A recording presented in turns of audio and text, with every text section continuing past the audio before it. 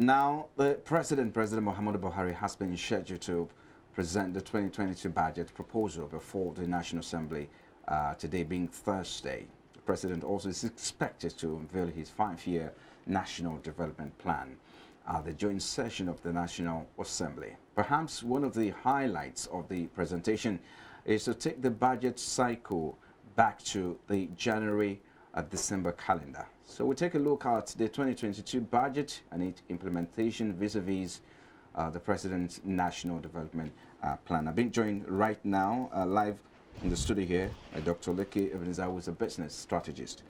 Thank you for joining me. Yeah, so excited to be here this morning. Glad to have you. What are your expectations? Of course, the President is expected to present, not only to present his the budget now, but also to unveil his plan of recovery. So what are your expectations? I think we should start from there. Okay, well, for someone like me, looking at the antecedents of the President as regards to budget and the plans that they have, comparing 2020 budget and 2021, there's a kind of, decrease in the expenditure.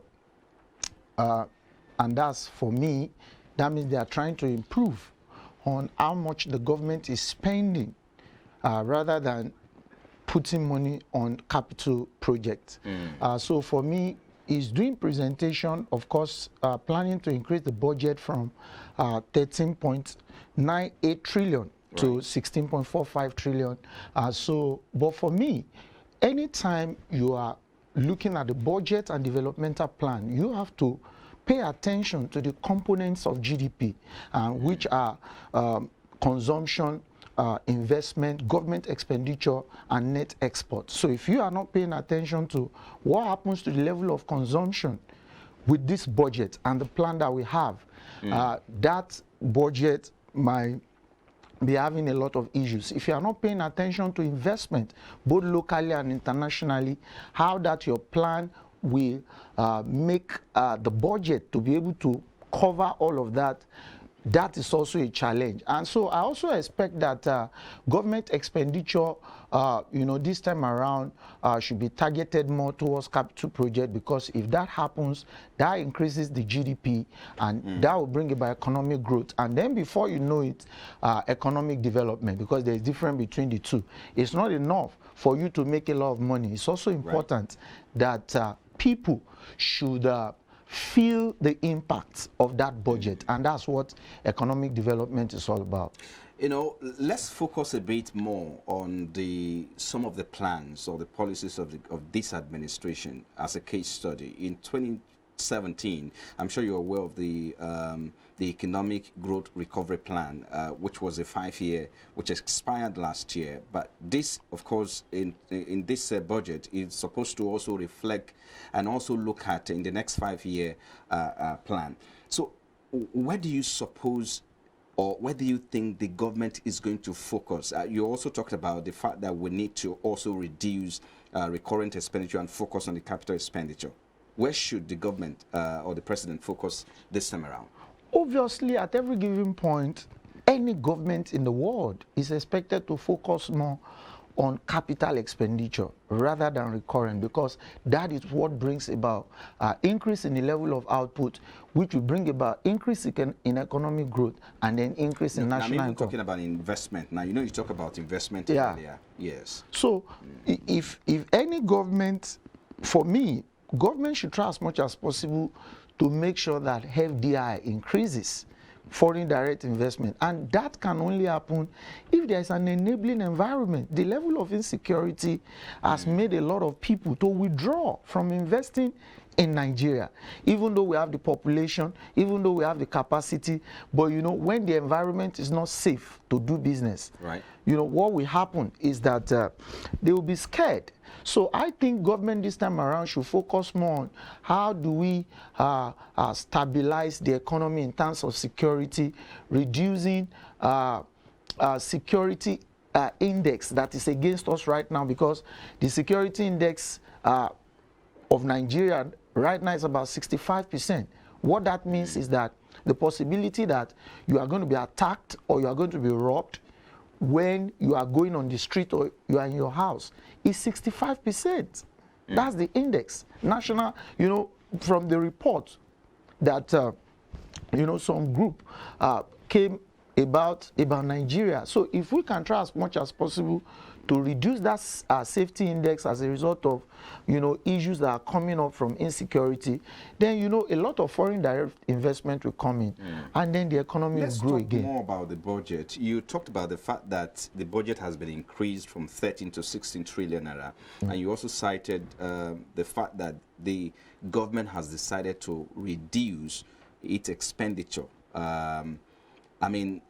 But if you look at the what the Minister of Finance said, that Zainab Ahmed, she said that the government is planning to borrow 6.2 trillion naira to finance or to service the debt in the 2022 budget.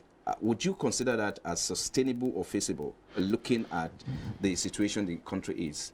Yeah, obviously, if any country is borrowing, you don't borrow to finance debt. You borrow for investment. And so, but the challenge we have is that over time, Nigeria has piled up a lot of debt that we need to service, and you can't run away from that. And if you don't have the money, you don't have any choice than to borrow. But that's not to say that borrowing is good for servicing debt. So, but then the government is trying to look at, okay, what can they do in the area of reducing expenditure?